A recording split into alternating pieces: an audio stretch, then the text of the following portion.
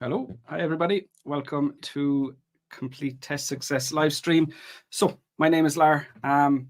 Today I'm going to help you with General Training IELTS Writing Task 1. If you don't know who I am, my name is Lar. I'm the founder of Complete Test Success. I've been teaching IELTS since 2010. I've been an IELTS examiner for speaking and writing. So, I have a lot of experience helping students. Basically, what I'm doing with you today is I'm helping you to improve your scores for task 1, but only if you're doing general training IELTS. If you're doing academic IELTS, this lesson isn't suitable for you. So, you would be better using your time to work on, whatever weaknesses you have. If you need to study grammar, if you need to improve your vocab, whatever areas of weakness you have. If you're not doing general training IELTS, I don't want to waste your time with this. So go ahead and spend your study time on something that will help you, something that would be more beneficial. If you are doing general training IELTS, of course, what we're going to do today is I'm going to show you a question. I'm going to get you to write parts of the answer. I'm going to give you feedback on your responses. And then I'm going to construct the essay, construct the letter together on screen during our live stream. So basically, I'm going to give you feedback and we're going to produce a sample answer together. XIX, good to see you back here. Hi, Curti, good to see you again. I'm taking academic IELTS, but I'll be watching. I mean, I certainly am not saying that you cannot attend. That's absolutely no problem whatsoever. But just when we're talking about, one of the biggest problems when it comes to improving your IELTS scores is how much time you have, how much time it takes to improve your scores, and to be able to find the time you need to make the improvements that you need to make. That's always a struggle, with all students. If you're working, if you've got family, if you're studying, if you're in university, there are only so many hours in the day. And very often the main thing slowing people down is they don't have enough time to study. So that's what I meant by that is I don't want to waste your time. I don't want to waste your precious time. If you're doing academic IELTS, study in general training task 1 because you won't need it. But by all means, you're more than welcome to stay here if you want. Hi, Mohammed. Welcome to the lesson. Okay, so with that, let me show you the question. So this is today's question. We're going to start with obviously the first part of the answer. So we're going to have to write the greeting. So what I want you to do is go to the comments, write the greeting for this question, and I will give you feedback as to whether your response is suitable. So in the comments, write the greeting for this question.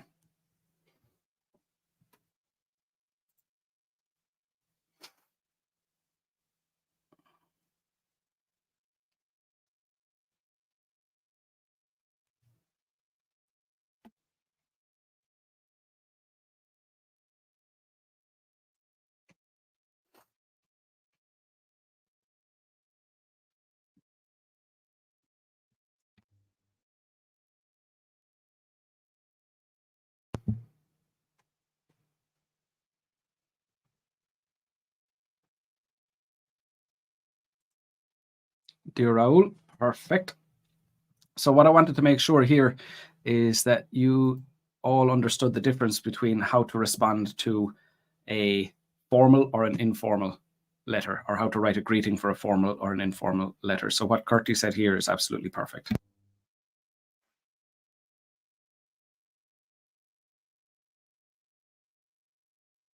Okay, so I'm going to add that to the screen here. So, dear Raul. So we have dear, just like the question told us to say, and Raul being the person's first name. We don't want to use a surname. It's a letter to a friend. So we're just going to use the friend's first name. Okay, that's absolutely perfect. Good job, Curti. Okay. So after that, well, we're going to have to respond to the first prompt. The first prompt says, explain why you can't attend. Explain why you can't attend. So what we need to do after this is, well, of course, we need to explain why we can't attend. That's going to be our first paragraph. So prompt 1 says, explain why you can't attend. Our first body paragraph, we're going to write 3. We're going to write 3 body paragraphs. The first one is about why you can't attend. So I want you to write the first sentence of the paragraph, but keep in mind, I want you to directly respond to the prompt about why you can't attend. So don't say you can't attend, give the reason. the question says explain why you can't attend. So in the very first sentence of our paragraph, I want to have that information. I want to answer it as directly as possible. So that's what I want you to do next. That's the next task. Write the first sentence, share it with me in the comments, and I will have feedback for you there. Hi, Abu. Good to see you here. Welcome to the lesson. Mohammed, sorry, sir, today I can't join this class because I'm academic learner. Absolutely, yeah. Definitely next week. So there's only one lesson in the rotation that isn't for academic. It's just this one lesson. So definitely next week we'll be back to lessons that will be helpful for all academic students again.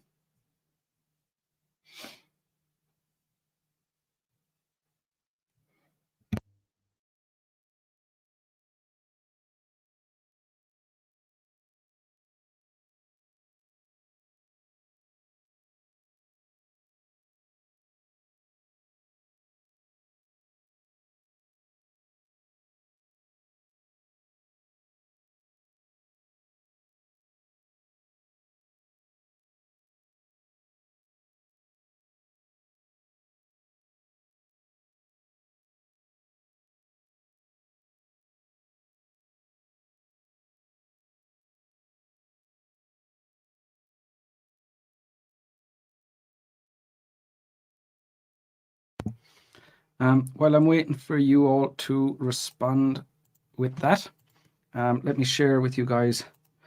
I have a link here I want to share with you. So I have live feedback lessons on Zoom. So those are free lessons. So similar to these lessons where I go through different parts of the IELTS test, but as opposed to hosting them on YouTube or Facebook, I host these on Zoom. So if you want to join me for those, you'll find a link in the video description. You'll sign up and then you'll see the schedule. So what lessons I'm covering, what topics I'm covering, when the lessons are, the dates and the times, and then the link you need, the Zoom link you need to join. So if you want to join me for those, you can use this link here in the comments, or you'll find the same link in the video description. Hi, Harry. Yeah, great. Good to hear it. Thank you. Hi, Manish. How to start the answer. So we want a direct response. So you need to explain why you can't attend. So we just want exactly that information. Just one sentence explaining why you can't attend. Hi, Mastery Potential. Welcome. Good to see you here.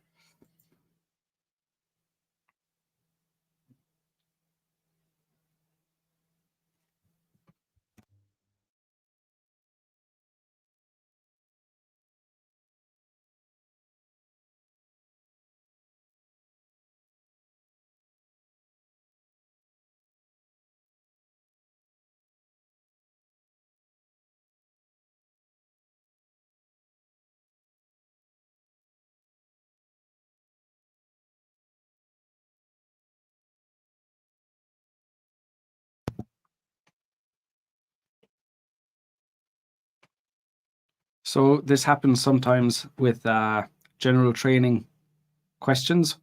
So typically speaking, about a quarter of students do general training IELTS and everyone else is doing academic IELTS. So it could be the case that we don't have any general training IELTS students joining us today. And if that's the case, that's absolutely no problem. I'll just give a quick overview for anybody watching the recording and we'll finish up early.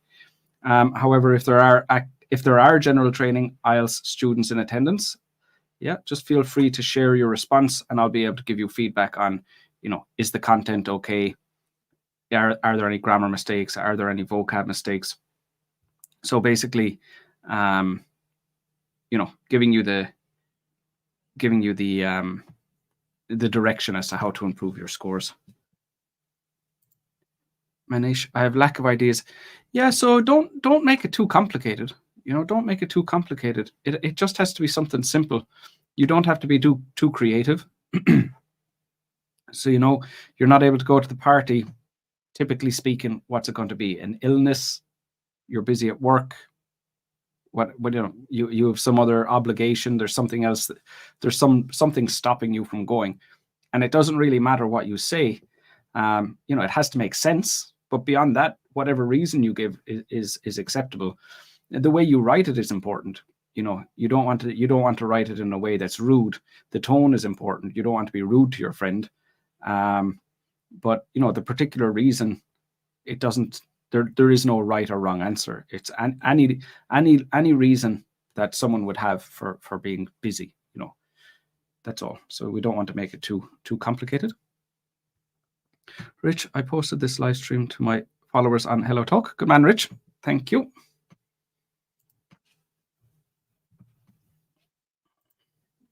Mastery, sir, how are you? Good.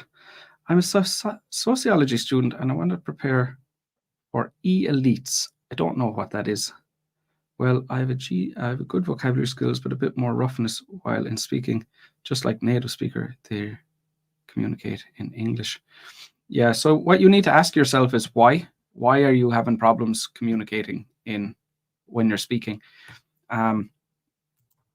So the way the IELTS test is scored, it comes down to fluency, vocab, grammar, and pronunciation. So you need to figure out, like, do you have problem communicating because you're fluency and you can't find the words, you're under pressure, you're feeling stressed, and you just can't put it together? That's fluency. Or is it that you're speaking but nobody understands what you're saying? It could be pronunciation, that you have no problem, you're confident and the words are coming to you, but nobody understands what you're saying, and that could be the problem. So that's basically, you need to figure out why exactly it is that you're struggling and address that problem. Okay, I'm just going to wait 1 more minute here. If I don't get any responses, that's no problem. I'll just give a little overview of what to do, and we'll finish up a little bit earlier than normal today.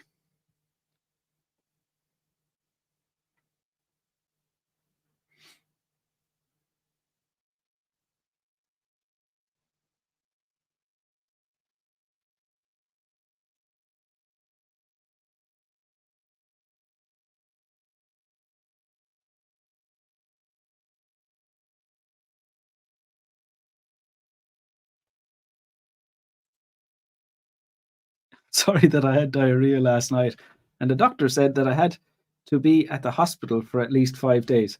That is some serious dose of diarrhea. And I said you can give any reason you want. You would be a very very honest friend. sharing that information. A very honest friend indeed. I probably wouldn't go with that personally. I'd go I'd go with something a little bit less graphic than that. But yeah, I mean, it works. It does what you need to do. I'm sorry. So it wouldn't be I'm sorry that I had diarrhea. It would have to be I'm sorry, but I had.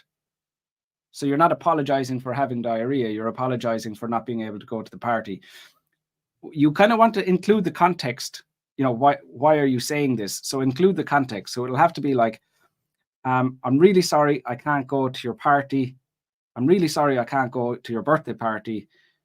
So that's what you're sorry for. I'm really sorry I can't go to your birthday party, but I had, I mean, diarrhea that landed you in hospital for 5 days sounds insane. But anyway, I had very bad diarrhea last night, and the doctor said that I had to stay in the hospital for at least 5 days. So yeah, that would work, but include the context of you're not going to the birthday party. So include that information. Unfortunately, I can't come to attend your birthday party. We wouldn't say come to attend. So I can't attend or I can't come. Now, this is an informal letter. It's an informal letter. So we're going to say, I can't come to your birthday party, because attend would be more formal. So we'll just keep it with that. Unfortunately, I can't come to your birthday party because there is a function in my daughter's school on the same day, and she wants me to attend this. Very good. Okay. I'm a bit more comfortable putting that on screen than the previous one. So I'm gonna go take Curtis here. So Curtis, where are you, on Facebook or YouTube? YouTube.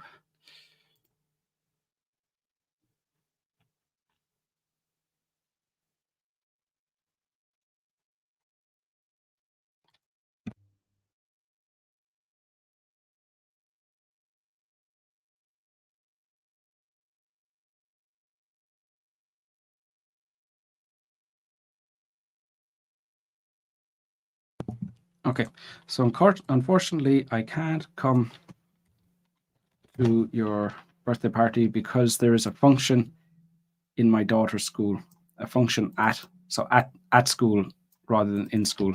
There's a function at my daughter's school at the same day, on the same day.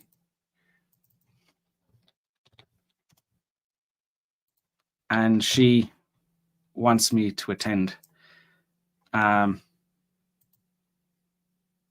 I'm going to rephrase this. What you're doing is fine, but I just want to use some phrases that would be more natural.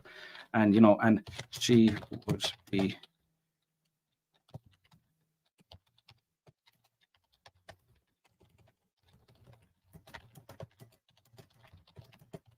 something like that. And she would be incredibly disappointed with me if I didn't go. Okay, perfect. So from there, we need to decide. How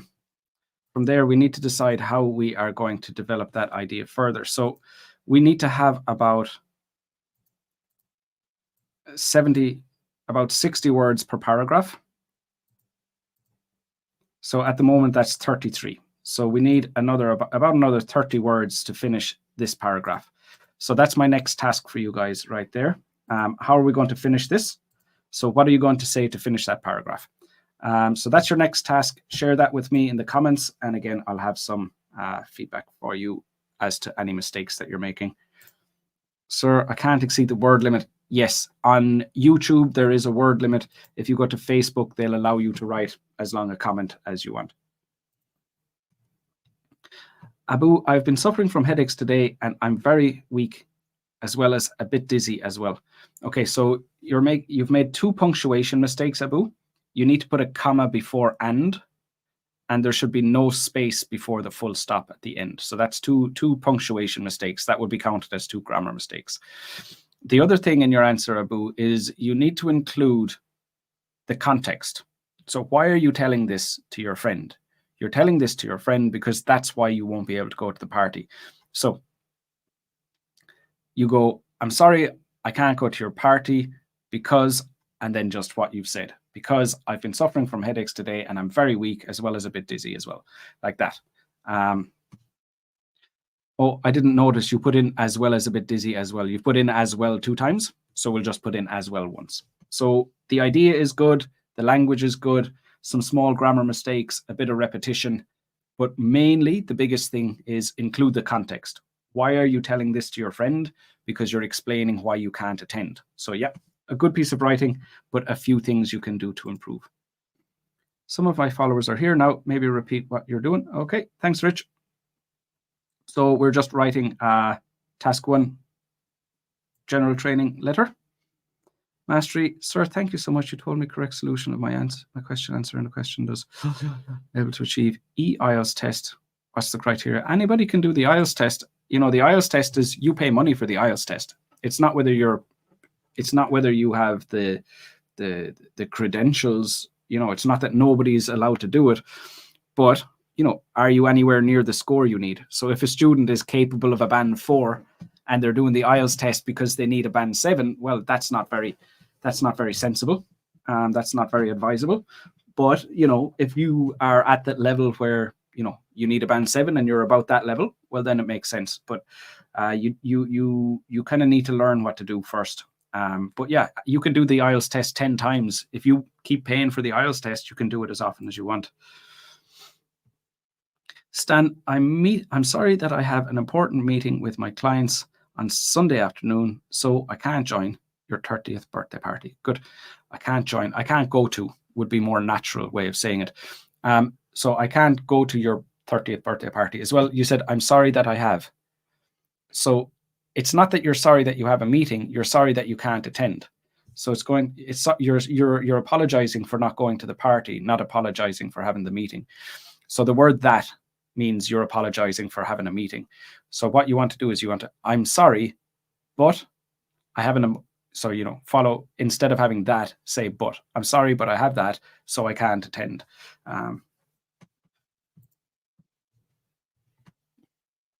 So writing is formal. Can we use didn't instead of did not, like you write in this letter? If it's formal, we should not use contractions. this is an informal letter. We're writing a letter to our friend, so we can use informal language. But yeah, if it was a formal letter, we would write cannot, we would write did not. To be honest, it's something I generally forget to do. It's something that for some reason I find challenging to do. But yeah, that's correct. You're 100% right.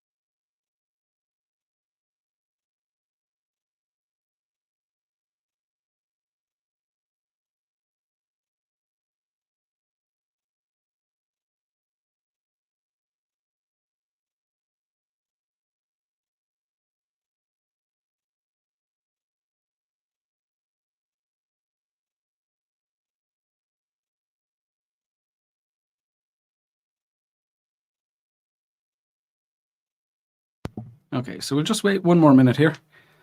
And if we don't have any ideas, then we'll move on. This week was not the best with my daughter due to several reasons, so missing such an important event with her like this would be a huge disappointment. This week was not the best with my daughter due to several reasons. It's a bit vague. It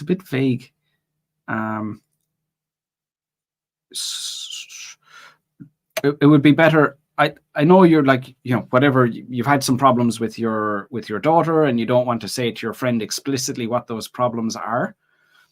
But I think just naturally, if we weren't going to tell them what happened, we just wouldn't mention it. For me, it's too vague. Either like say what the problem was, or say what the problem was, or find another thing to say.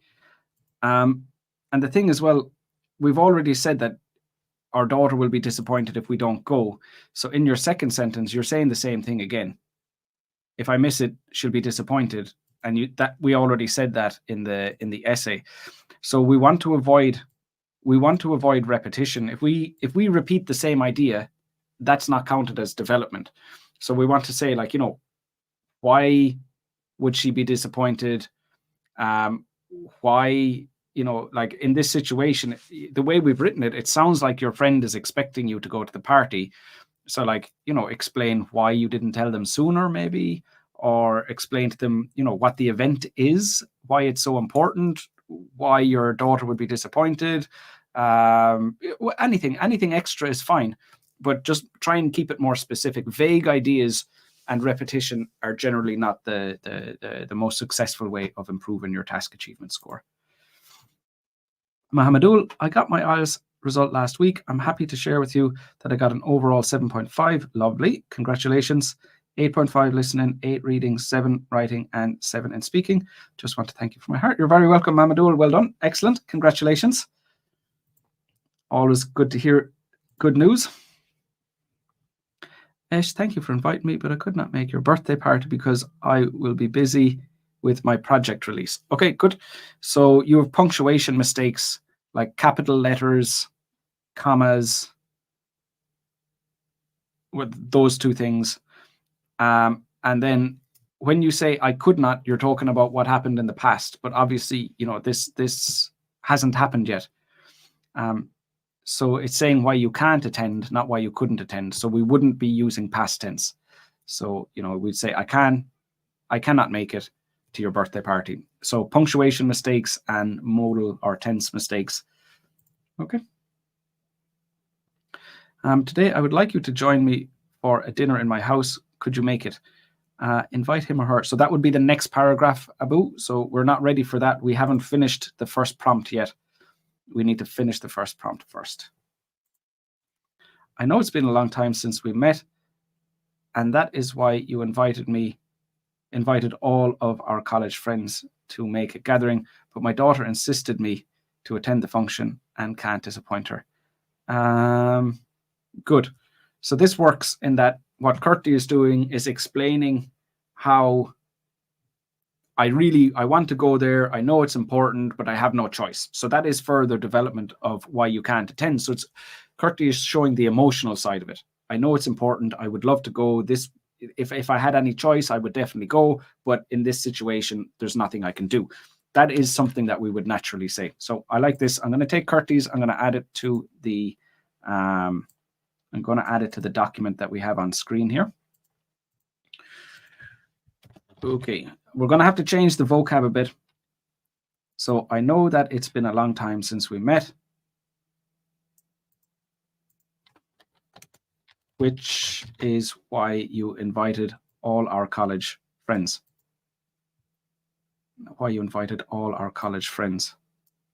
So it's also why they invited you, which is why you invited me and all of our college friends. And we don't need to say that to make the gathering. But my daughter, now this isn't accurate. The word insist is fine, but my daughter is insisting that I attend her function. I feel like attend is a little bit formal. That I go to her function and I can't disappoint her. And let's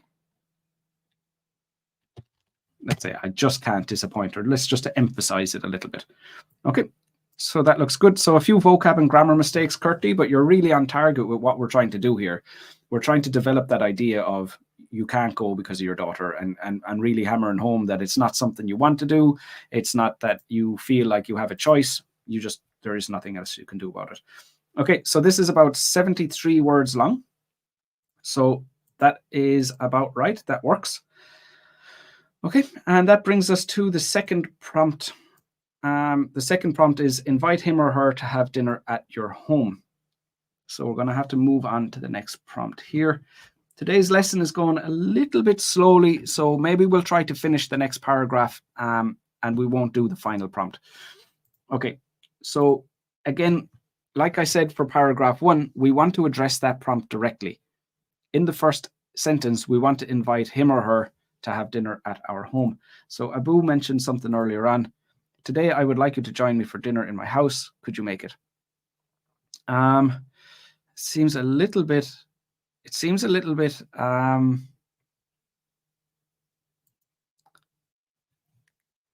because we're writing a letter. I don't know, like we're not really. If it's a text message, yeah. And I know nobody writes letters anymore. I know this is very outdated, but you are still writing a letter. So in theory, you're writing a letter, you're going to the post office, you're posting it.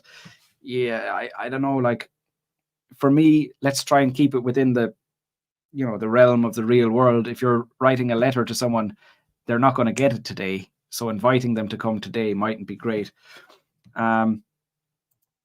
So let's say Friday next week or something like that. Let's just change it a little bit so that it sounds a bit more realistic. So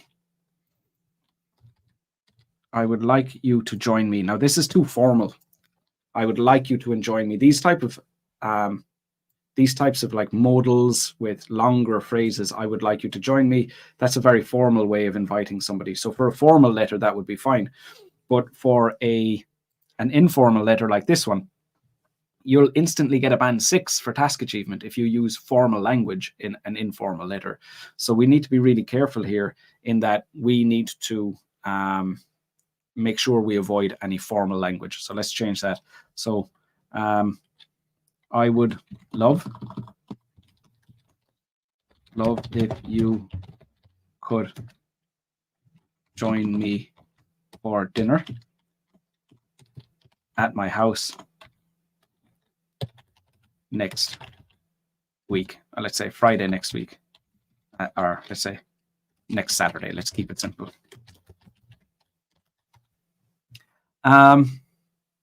Could you make it? Yeah, I agree. So the prompt says invite him or her. I haven't really directly invited him or her though, have I? I've just said I would love if you could join me. So let's invite them directly. Will you be able to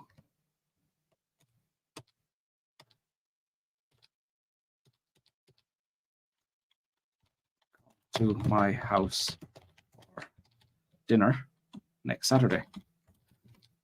Yeah, I think that's the best thing. Let's just keep it direct and simple. Will you be able to come and join my house? Come to my house for dinner. Will you be able to come to my house for dinner next Saturday? So that's a direct invitation. Good. So now we need to finish this prompt as well. So we're going to have to develop that further. So again, that needs to be about 60 words long. So how would you develop paragraph 2? That's my next task for you there. Manish, is it a band 7 answer? Well, based on what we've written so far, it would be far more than a band 7. We'd be easily looking at a band 8, if not a band 9 for what we've written so far. Obviously, an incomplete answer would not get you a very good score. So right now, no, because we haven't finished it. But if you're talking about the standard, the quality, like what we've written already is definitely a band 8 or a band 9.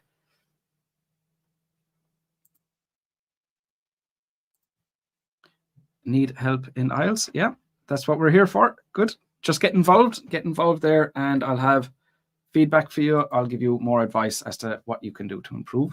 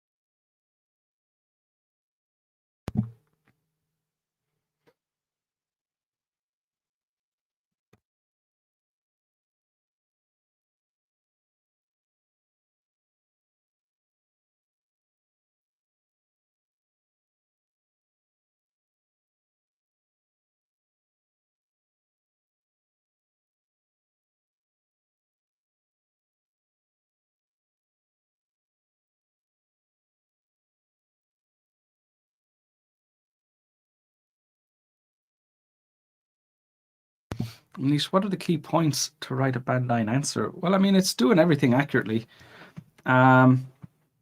If you're making grammar mistakes, vocab mistakes, if the range of grammar isn't wide enough, if the range of structures and grammar, or if the range of vocab, or, you know, like, do you have the range and accuracy for vocab and grammar? Then when it comes to coherence and cohesion, you know, do you have a wider enough range of like organizational structures and cohesive devices? Are you using referencing correctly? It's just about doing everything right, you know, but typically speaking, it's going to be your language ability that will limit you. You know, when it comes to task achievement, there are things you can do to understand how to write the essay. You know, for the students on my courses, I give them feedback. I show them what they're doing wrong, like we're doing here today, but obviously, you know, for full essays, doing it one-on-one. It's just about finding your mistakes and fixing them. But, you know, for someone to get a band 9, you basically need to be 100% fluent. Like you need to be speaking and writing at a level that is, you know, like somebody who's probably gone through university education level English, you know.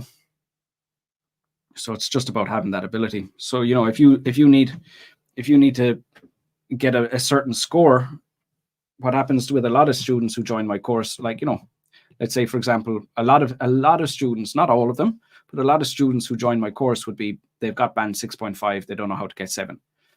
So for some of them, that means they're making too many grammar mistakes. They need to fix that. For some of them, you know, that they're making too many mistakes with the ideas. The ideas aren't appropriate, and they need to fix that.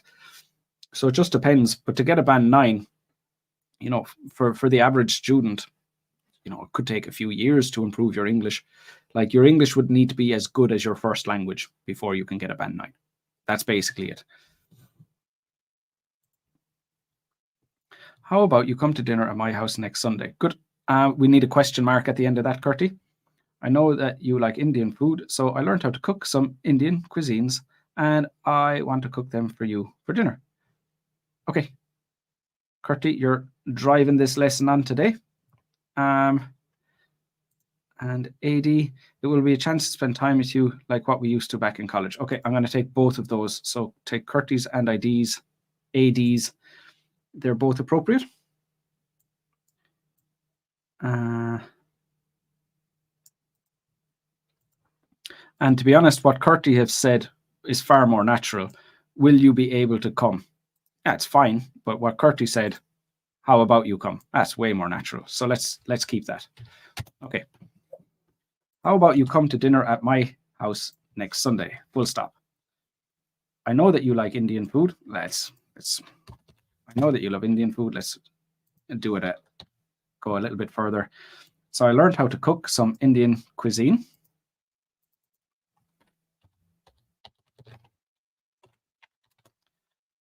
And I want to cook them for you for dinner. For the dinner. No, I want to cook them for you. That's enough.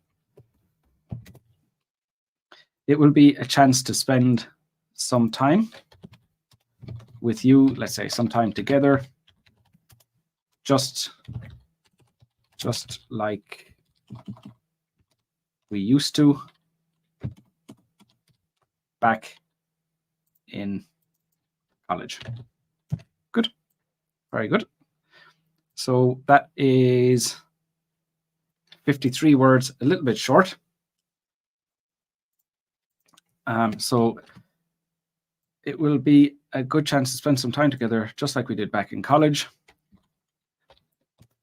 And it will mean that I still have a chance to celebrate your birthday with you. Okay, just because our paragraph was a little bit short, I want to add something a little bit onto it. So now that there is about 69 words, okay, that's good. Okay, so obviously we need to write paragraph 3. So paragraph 3, just like we've done in the other one. In the other 2 paragraphs, we'll have a direct response to the prompts, a direct response to the prompt, and we'll follow that with development of our idea. So exactly like we've done here in the first 2 paragraphs, we're going to do the exact same thing again. So we responded directly to the prompt, and then we developed it. Next paragraph, we responded directly to the prompt, and then we developed it. And the same thing again for paragraph 3, we would say, you know, describe some good news you've received, and then we would develop it. We're not going to do it in the lesson today just because there aren't that many students participating and the lesson is going a little bit slowly.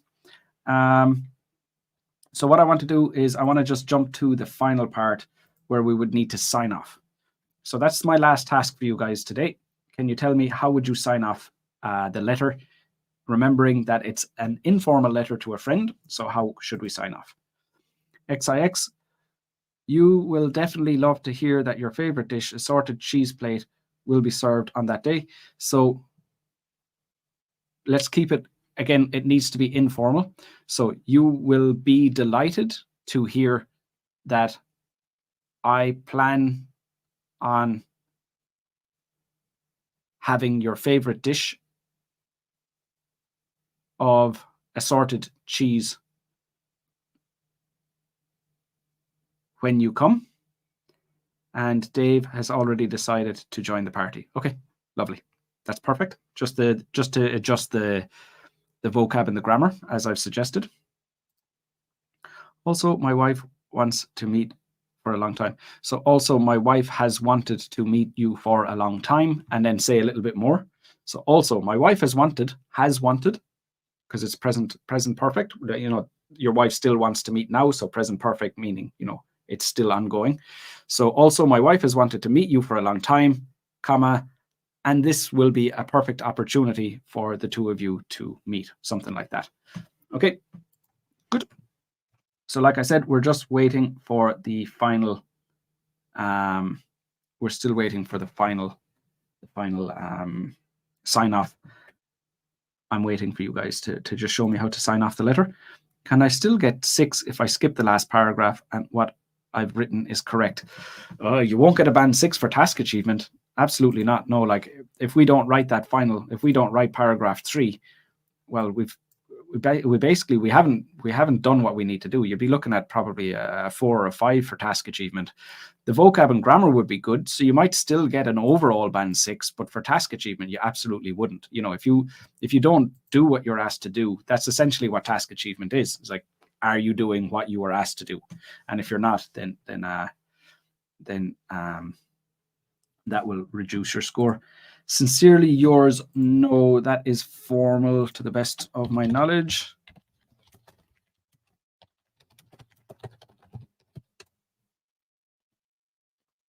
Yeah, formal. Sincerely yours is formal. No. So that one, sincerely yours, we would keep for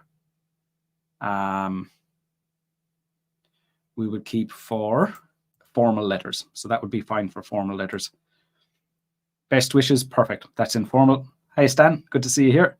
So best wishes and Stan. So not the full name, not the first name and surname. If it was formal, a formal letter, we would have first name and surname with, like, you know, yours sincerely, Lar Ryan. But here, just like Stan did, best wishes, only the first name. So that's perfect. So let me grab that and I'll add it to the document here. Best wishes, comma, Stan. Lovely. So obviously we didn't finish paragraph 3, but we've done everything. And what we're doing in paragraph 3 is the exact same thing that we did in paragraph 1 and 2. So it should give you a good idea of what you need to do. Yours, lovely. That's not a typical way of signing off. That's not a conventional way of signing off. So we would just stick with something more conventional. You'd be surprised that I bought a house in your town and I'm planning to move there next month. Yep, perfect. That would be a pretty big piece of good news.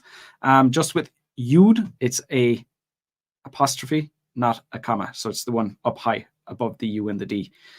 So that's a punctuation mistake. And then before and, you need a comma. The word I'm, you need a capital I. So 3 punctuation mistakes in that piece of writing, Curti. But of course, if we were writing the next paragraph, that would be perfect. Okay, so I believe that is where we will finish up today.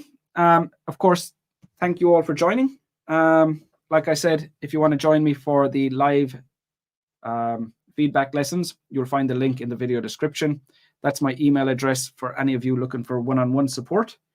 And that's pretty much it. I'll be back next week. We'll have another lesson and I'll have more support for you at that time. So until then, take care, everybody. Bye-bye.